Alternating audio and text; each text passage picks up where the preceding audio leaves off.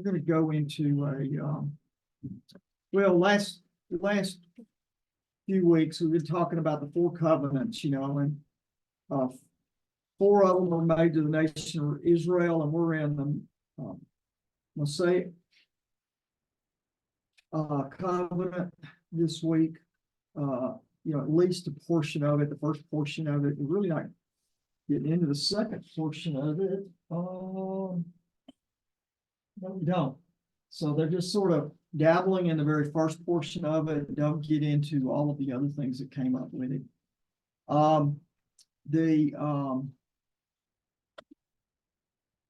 The Mosaic is the conditional covenant out of the group. Then you have the other three covenants that we looked at: Adamic, Noahic, and then the new covenant with Jesus. Those are between God and mankind, and they're not limited to just the nation of Israel. So technically, you can say by extension, the others go past Israel because of the fulfillment and all of that. Last week we talked about the Abrahamic and all the promises to him. He was promised a lot of things. He have a great name, a lot of physical descendants, father of a multitude of nations, and the geographic boundaries, and then that all the families of the world will be blessed through his descendants. Okay. We talk about Mosaic, then we'll get to the Davidic and the New Covenant here in the next few weeks. When we talked about Abraham or Abram, that's pretty foundational to the faith. And that's laying everything out and just sort of building on it. The foundation of faith is done that. Abraham believed the Lord and is credited to him as righteousness. That's where you first start seeing the doctrine of justification by faith. Okay, so that's laid out there very clearly, and this covenant that he made with Abraham was a permanent covenant between him and his offspring. And God made it clear it was his covenant. God initiated and God confirmed it. So the foundation of the covenant also dealt with this personal relationship. Okay, and that's where you start to get more. Technically, all the covenants are related to personal relationship, but here you're seeing it as a relational covenant with him. You're seeing that relationship. You're learning how he has a relationship with God, and that's going to lay the foundation for the personal relationship to Jesus later. In conclusion, we talked about, are we in a covenant relationship? Are we seeing that in our lives, the covenant relationship? Are we praising God for that? If we recognize the covenant relationship, we should be praising God and thanking God for that. Sometimes the blessings that we have from our life to others are blocked because of self-pity, other things, selfishness, fear. So we need to find those, set our life apart for God, make sure it's distinct, and try to take care of anything that's preventing you from doing that. Your attitude, your language, your social media even. We had a big discussion the other day about social media and all the things that says about us nowadays. So will people be able to look at you and see that you're distinct and set apart? Okay, so that's pretty clear, and it's going to roll into today as we deal with that. Now, where do you have to follow rules today? Where?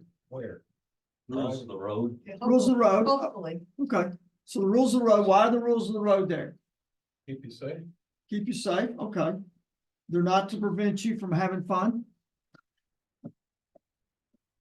Sometimes it seems that way, right? I can see forever. I can drive as fast as I want, right? They're really meant to protect you. A stop sign, a stoplight. It's not a suggestion. Okay, speed limit's the same thing. You've got guys that spend a lot of time in school and they do a lot of study to figure out how safe certain types are and certain conditions are. Okay. What about eating? What are the rules regarding eating? Depends on what's wrong with you. Depends on what's wrong with you. Okay. Okay, that's fair. That's fair. Mine changed drastically, yeah. There's other things about how you prepare things that there's rules about, okay? Don't eat raw meat. Don't eat raw meat. When you got raw chicken, you set it on a counter. Can you set anything else on the counter? And you always cut the bread on the same spot. One I wish they would do away with is HOA. Just outlaw them. Oh, tired of them. Yeah, It's all, it's like the 10 Commandments. we'll Don't avoid, do, don't do, don't do. we'll avoid the rules that don't have anything to do with Yeah, health or safety here, okay? Yeah.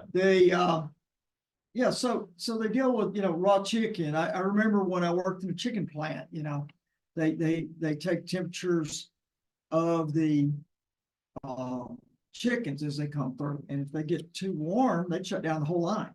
And I saw them do that different times, and the issue is that's to keep bacteria out. Some people say, well, that's too much government involved. I said, well, it is until you get salmonella, yeah. whatever, right? So, those kind of things are there. Now, growing up, were your parents more stringent than other parents?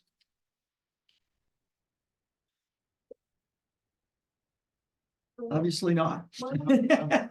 Yeah, Right? Mine were, Yours were? and some, yeah. mother always said, had something to say about everything.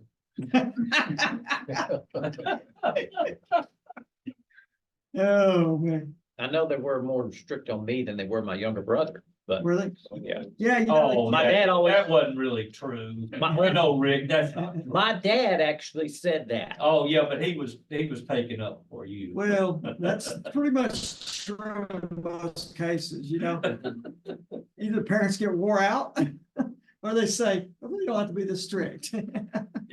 My dad always said, treat the first one like the second one. The pacifier hits the ground, you used to grab it up and boil it and all that. And the second one, you kick it back across the floor to him. So God has rules for us. Why are they there? For our benefit. Okay, for our benefit. And that can be in, if you look at the Old Testament laws, most of the things about food were health related, Yeah, not just individually, but as a group to prevent mass plagues and other things from happening to them. For our relationship aspects, being able to have healthy relationships with each other and with God. okay. So, and we talk about this a lot, you basically had three different, Israel was fulfilling three different functions. At that point, they had the issue of the purity related laws and the laws related to that, the laws related to interaction between each other and then the temple laws. Okay. So those kinds of things related to God, were the things that carried on, and the others just basically became things that were related to other ways. So there's different things that are there. God has rules for them. In reality, you generally don't think they're good until a lot later in life, right? You sort of pick and choose a lot of times as a younger person. God didn't really mean that. That doesn't apply anymore. Okay, so we tend to do a little bit of picking and choosing. So let's so today we're gonna look at a few things, and we're gonna look. Let's look at the first set of verses, and then we'll. In the third month, from the very day the Israelites left the land of Egypt, they came to the Sinai wilderness. They traveled from Bethlehem, came to the Sinai wilderness, and camped in the wilderness. Israel camped there in front of the mountain. Moses went up the mountain to God, and the Lord called to him from the mountain. This is what you must say to the house of Jacob and explain to the Israelites. You have seen what I did to the Egyptians, and now how I carried you on eagle's wings and brought you to myself. Okay. That's something I never really noticed before. I didn't catch what you read there on the thing was it says the third new moon in the version that I laid out here.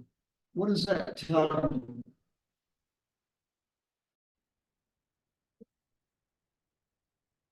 Third new moon. It's been 3 months. It's been 3 months, okay? So it's, about 29 and a half days for every new moon, okay? And so it's 3 months that the people were there. Now, what that's telling me is, in my mind, they'd been wandering a long time before they got to this point, in my mind, in the past. But when I really started looking at this, these guys have covered a lot of ground in 3 months. Okay. So, okay, they've covered a lot of ground. Let's talk about it a little bit, there's really, Well, they hurried up that first week because they still thought they may have somebody chase. Yeah, yep. Well, they hurried, they got out, and then somebody did chase them. And so they didn't get far enough. And as I was studying, I found out there's really probably 5 routes that people suppose they could have taken. Okay. And if you remember as a kid, they always show you just one route. Okay. There's probably 5 routes. And I'm going to show you a couple of them. And technically, if you look at this, I'll have the cursor here. You've got a northern route that sort of goes up through here and down. Okay. On the other side of this is the Gulf of Aqaba, which all of it's part of the Red Sea. Red Sea's here. Okay. Okay. You got the Gulf of Aqaba here. So the northern route would come down here and then into here. Okay. The middle route, which you're seeing here on the screen, is just going straight across. It's coming down along the Suez and then across. And then the southern route, and I'll come back up to this route in a second, goes all the way down. And so it's here. Now, there's 3 places where they'll talk about Mount Sinai. Okay. I don't know why they can't do that, but it wasn't really carried through terrifically. One of them is obviously down here. Second one is up here across in this area in Midian. And then the third one I didn't show, but it's right up in this area, up, in the mid route area. Okay. So they don't have that a lot. Maybe that's on purpose if they don't remember it. Otherwise, it became more of a worship place than it was intended to. Okay. But you don't have that. Now, where they cross the Red Sea, I'm going to tend, some people are going to say it's up in here somewhere. I don't really buy that. Some people could say it's even in here a little bit lower. Most people don't go down that far. Or here. And most that I see talk about it being down here on the southern end at the Gulf of Aqaba. It's about 16 kilometers, which is about 5 miles. Okay. Cross right there at the Gulf of Aqaba. Okay. None of the routes go down that far. Well, yeah, I didn't show you but 2. There's 5 routes. Okay. You could have cut the middle route, could have come to here and then crossed here, or that could have gone down and crossed here. If you go down to the next,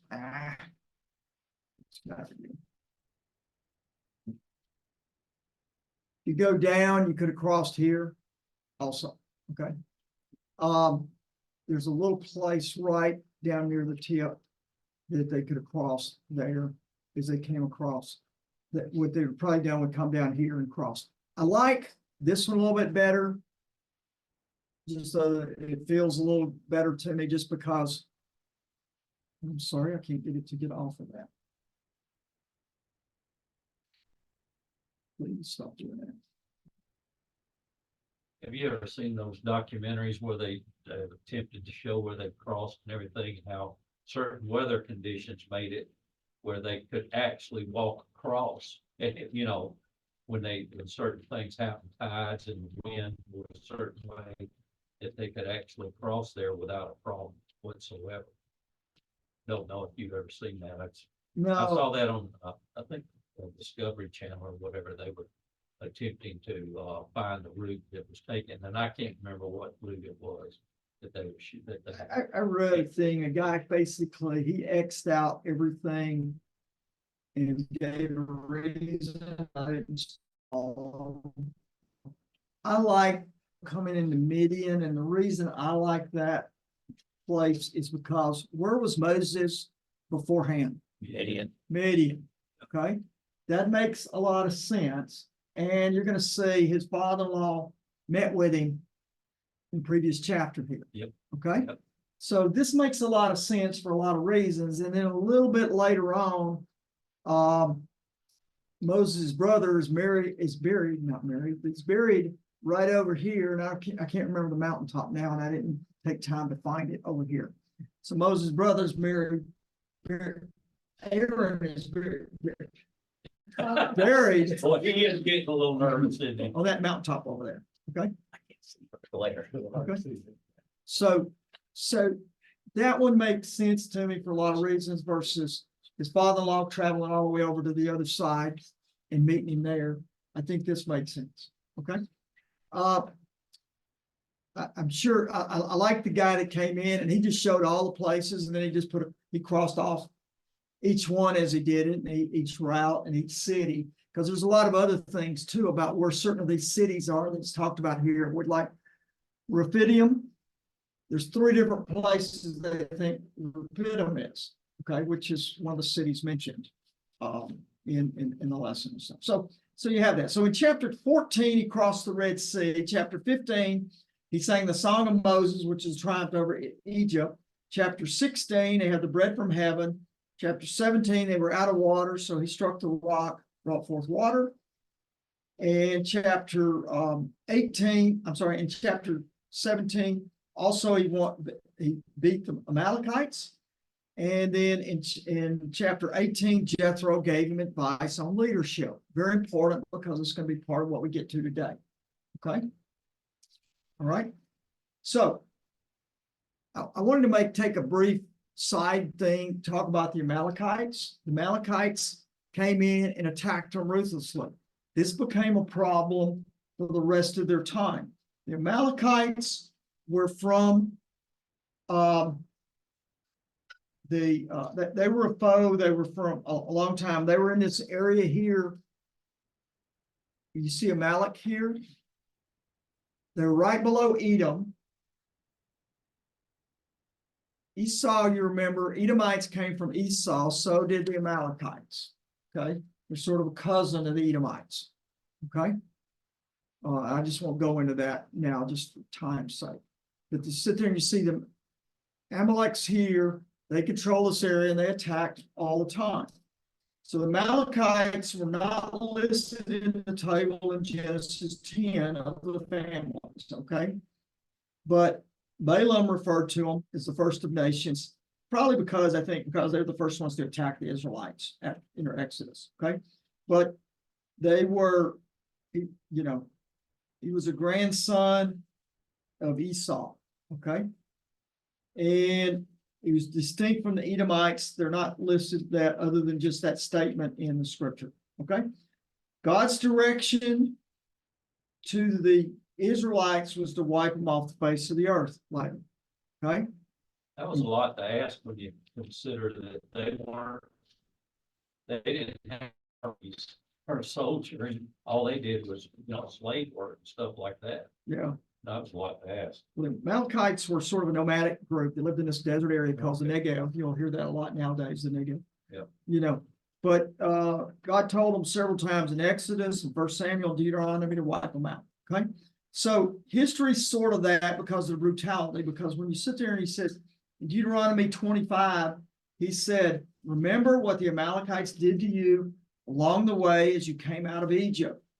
You were weary and worn out. They met you on your journey and attacked all who were lagging behind. In parentheses, it says typically women and children. They had no fear of God. When the Lord your God gives you rest from all your enemies around you in the land he's given you to possess as an inheritance, you shall blot out the name of Amalek, from under heaven. Then he emphasized, do not forget, okay? He said that. So you remember, there were several times they attacked with the Canaanites, they attacked the Israelites at Hormah in numbers. In Judges, they banded with the Moabites and the Midianites, okay? And a lot of destruction. In Samuel, God told Saul, I will punish the Amalekites for what they did to Israel when they came out of Egypt, okay? So you see this has gone through the whole history of that. Saul was supposed to destroy them. What happened when Saul went out? Y'all remember?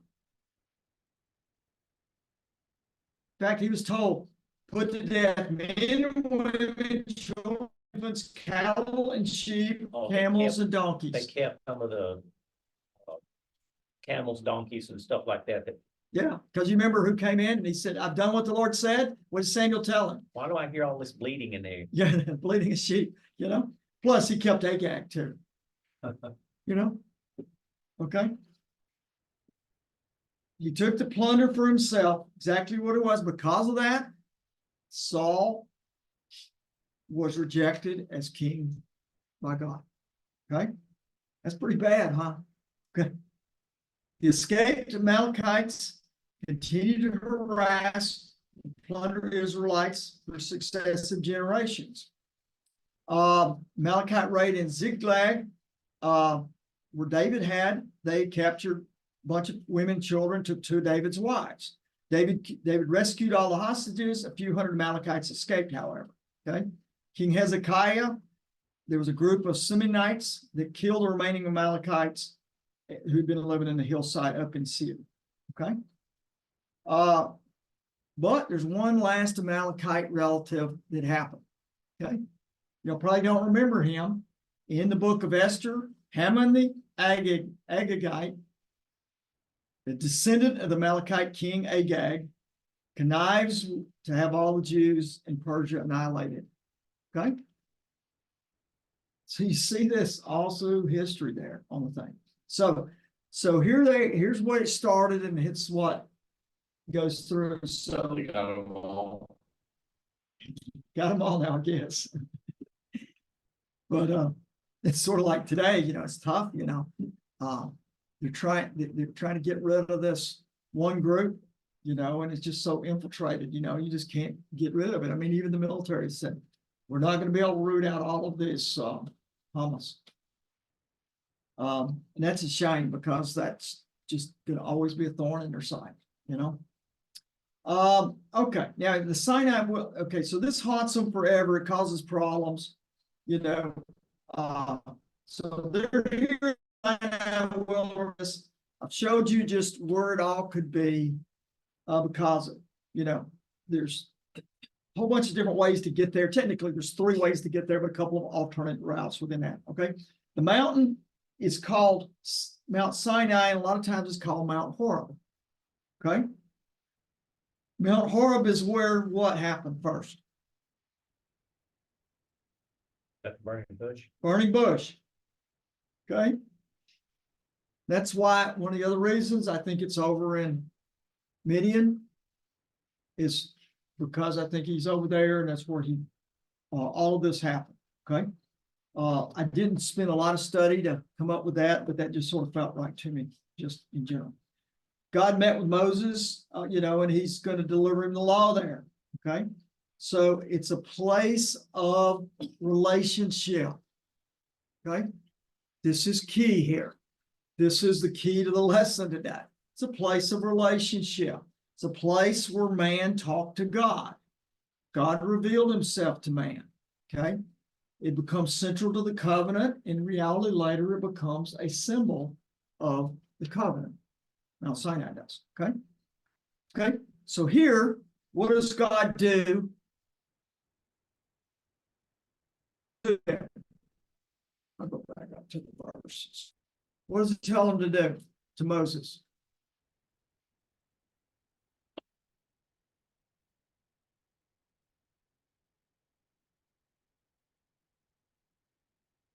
Tells Moses he's gonna talk to him what he tells him to do. Okay. God's called No, Moses it's up into the reminded. mountain.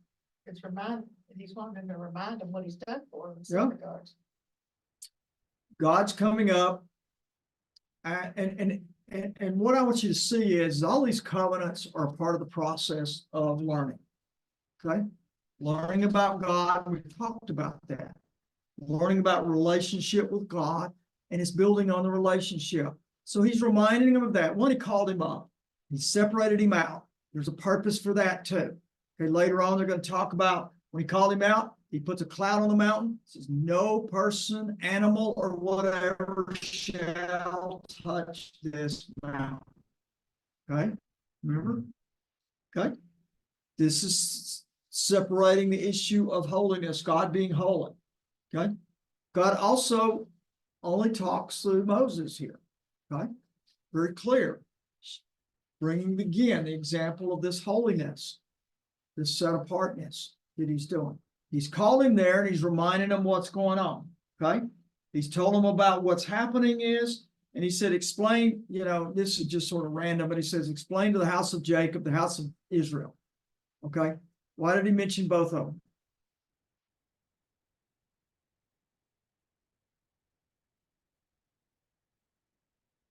We talk about it a lot in the past. It's called parallelism. It's basically, they're the same. Okay. They are, in Yeah. essence, reality, but if you read on later, after the divide, even right up, leading up to the divided kingdom, David's first area where he was king was in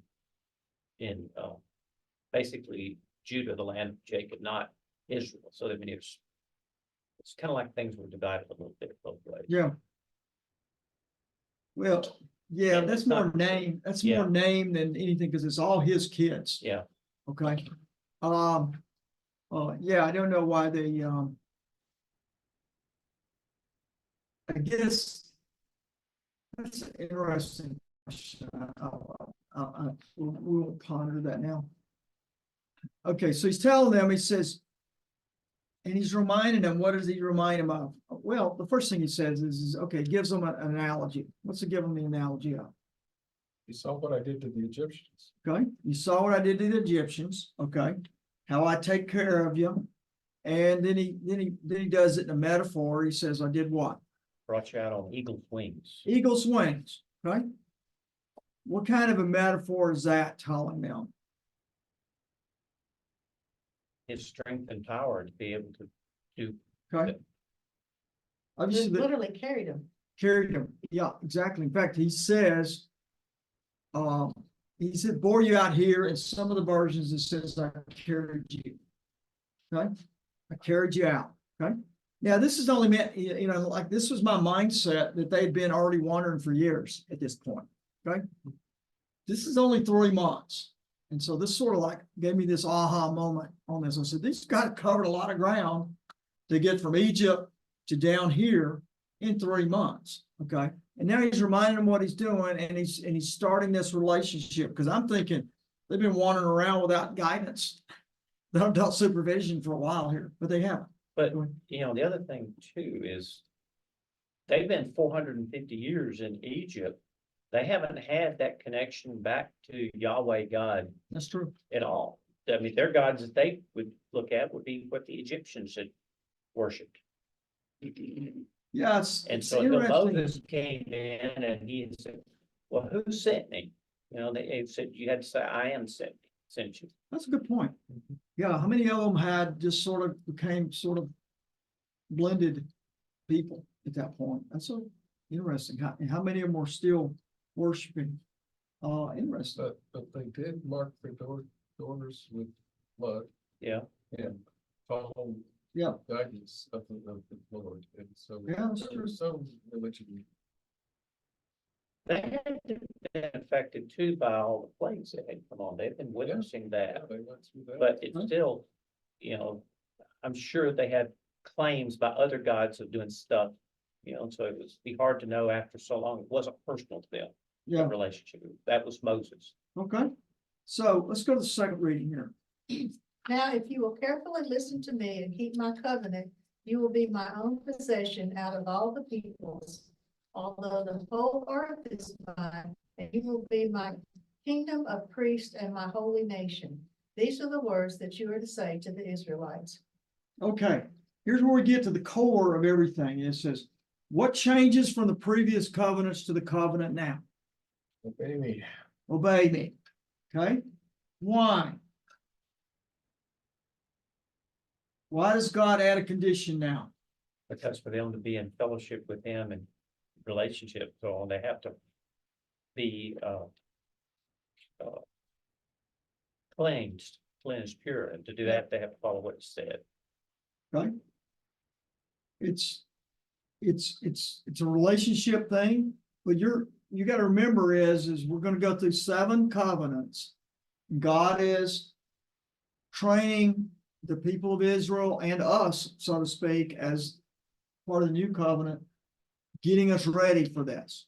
Okay, so he's increasing the level. He did that Abram also. He added a whole bunch of things for Abram that was going to happen.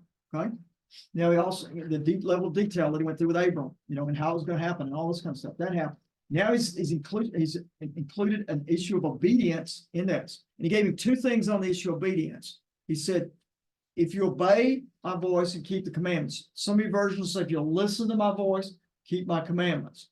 Okay, so 2 emphases here on the issue of the conditions is you must listen in a way that leads to understanding and obedience. Okay, so it's not just listen, it is do something about it. Okay, follow through. Then it says, and if you will keep my covenant, so to speak, that's an issue of watching, observing, guarding my covenant in your heart. Okay, and if you do that, what's going to happen? Be my own possession. My own possession. Sort of interesting, right? Remember last week we talked about God could have taken any people and did that, but he took Abraham, okay, from someplace else and brought him in. He could have taken Melchizedek. He could have taken,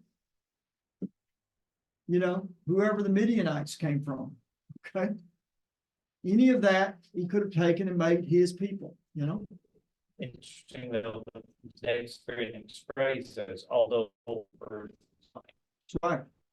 Out of all the earth, I chose you. Okay? You are my treasured possession. Okay? Now But it wasn't as if they were necessarily a special people of their Right. own. you're just one of, I own you all, but I'm gonna single you out. I closed my eyes and picked one. Okay? But I think that, as you mentioned last week, I think that there was, because of where Abram was and things like that, and her being not having any kids and all that before, is God was using that to show God's involvement versus just being any old Bubba coming along. Okay, so What was required of them to keep his covenant? What was that? What was he talking about specifically? That when he says, keep my covenant? As I understand it, is my covenant is you will make me your God. That they'll make him Lord. If you'll do that, then I will be. Right? the problem is he hadn't explained it yet. He hasn't given them the 10 Commandments or anything. Yeah, none of this stuff's been given. And when you see this, you sit there and you say, oh, okay, it's very clear to these people. You just go nail the 10 Commandments on the walls of every classroom. Well, Okay. Oh, I've heard that they before. might be aware of, and we've already covered, didn't really address that either. It was, the Adamic covenant with. Well, You know, I tell you what, I don't think they've done that yet, something is about to happen, okay. okay? Because I saw, this is the other thing is I was pondering, there's a few questions about this as you get into it, but I think this is where he sort of sets them up for the whole thing, okay? Now, the issue here is he goes into this and he said, you're a people that's set apart. The whole earth is mine, but I've set you apart. You're going to be my treasured possession. Then he also comes in 6, he tells them something that's never heard from. This is the only time in the Old Testament is talked about. What are they going to be? Priest. Kingdom of priests. Okay, this is unique. Why? Has the priesthood been established yet? No. No. Okay, it doesn't get established till Exodus 28. But the concept of a priest being an intermediary between a god and a group of people is something that's still known to them. Went on in most of the religions around. You're So- right. They've got some knowledge. In fact, there's another thing we're going to add on that in a second. It's sort of like a little confusing about it because you said one is as all the other religions have priests. Okay, so they've got this concept, for whatever they did in the other religions or whatever. They've seen other things before too. You got Melchizedek. Okay, Yeah. you've got that. You've got who did Moses? Who's Moses' father-in-law? Jethro. Yeah. Jethro. He was a priest. So there's concepts going on, okay? And in Exodus 19:22, it talks about tell the priest, he said, also let the priests who come near to the Lord consecrate themselves, lest the Lord break out against them. Okay. He's not established priest yet, but there's some priests there with them. Okay. Don't know what that is. They maybe just having it as part of that. Now, what could it be? Technically, the father was the head of the household, and the father ended up becoming the priest, so to speak, for the family. Okay, because the father offered the sacrifice. Okay, so he did that. So you have that going on. You have the other issues going on. I don't know, and it doesn't explain it. I looked a lot of places. There's no explanation about priests anywhere else prior to this time in their thing. So it explains it there, talk about not letting your priest do this.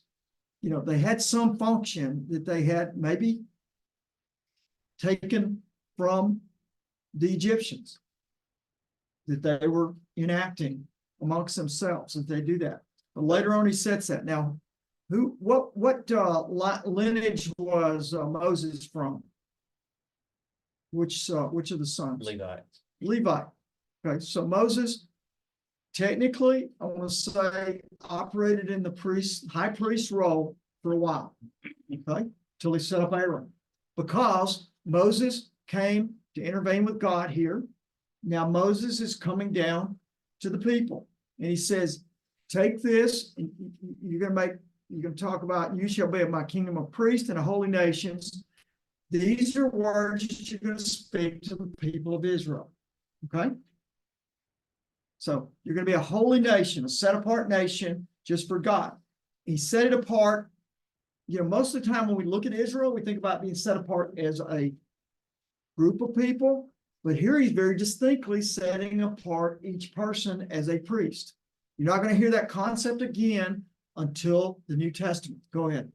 He's giving them a function of why they're being set apart. That it's not something that's special that they deserve or anything else. He's giving them a job to do. Yep. And later, when you see kind of where maybe why it's dropped is because later in the desert, they are just so overwhelmed by God and fearful of him, what they see. They said, "Hey, you talk to him only for us, because we'll die if we talk to him." Yep. So it's like they turned their back on that particular instruction and purpose that what he was doing for them. Okay. So they were a holy nation. They were set apart. They were going to be an example to other nations how to faithfully live and interact with God, to reach other nations, about the relationship with God and preserve the word of God. So those are their tasks, so to speak, as being a holy nation. Okay, let's go to the third reading. After Moses came back, he summoned the elders of the people and set before them all these words that the Lord had commanded him. Then all the people responded together, "We will do all that the Lord has spoken." So Moses brought the people's words back to the Lord. Okay, where did the elders come from? They were leaders of each kind of family or group or tribe. Okay, he had that. Brothers. And he also had, you remember Jethro's advice to him? What was Jethro's advice? Break it down into small groups, Yeah. let somebody else. Appoint somebody. Yeah, so you're gonna have the heads of the tribes, and then you're gonna have some judges and some leaders set up by area by numbers of people and things like that, okay? So why did he ask them here? Why did he bring this to them? There's a lot of Still have full big free questions choice. here. Do what? Free choice is still, Free choice, exactly. This is part of a two-party covenant. Okay? This is the first time that they've been involved in it. Before, the covenant was there no matter what. Now they have a choice. Okay? Plus, they're learning that the choice is a sort of it's a two-way choice here. It's corporate as a people. So they're all going to be involved. And then as an individual, you can choose. You're part of us or you're kicked out. Okay? You're following or you're kicked out. Moses was faithful here. Moses came and God said, brought it to the people. What did the people say? They Sure. should all that the Lord has spoken. Okay, they'll do all that the Lord has spoken. So we don't know what it was. You know, all you got's that little bitty brief thing, but they said, we'll do all that the Lord has spoken. Now you're going to get a lot more clarity, a lot throughout the chapter, because he's going to be around a while here doing this and working this out with God and laying out the rules and stuff, because there's 10 commandments, there's 600 other rules, laws and stuff that he's going to bring. Okay. So he's sitting there, he's closing of the covenant, he's taking that back. Moses then takes it back to the Lord to close out that covenant. People have agreed. Here we are. Okay. And now this, and like I say, all of a sudden now you're seeing a very distinction of the holiness of God, that the people are understanding it based on this issue of Moses taking it, being that separation there. Later, they're going to see that same separation as God comes and dwells amongst them. Okay. Remember, you're going to see it again. Okay. And as they have to come in. In conclusion, what are the ways God has worked to bring you to himself? He's reached out to us. Okay, reached out to you. He's granted with grace and mercy our ability to have fellowship with him based on our relationship with Jesus Christ. Okay. send his son. And over history, he's been doing this too. You can look at all covenants here. He's been setting this up. And it's almost like, you know, you're training kids. Okay. You're not going to learn this right the first one, but we're going to have to work through it. Okay. God is working through history. He's working through that. As you look back on your own life, you can see how God worked through your history. You remember when you were dumb as dirt? Still am. This morning. We still sit there and say, I wish I'd learned that the first time, right? Okay. You see God working even now in your life, still bringing that. Of course, the problem is, it's like, I wish I'd have known then what I know now. Okay. Yeah. How much more I could have done, how much more I could have done. You know, and what are the ways we can live as God's priests today?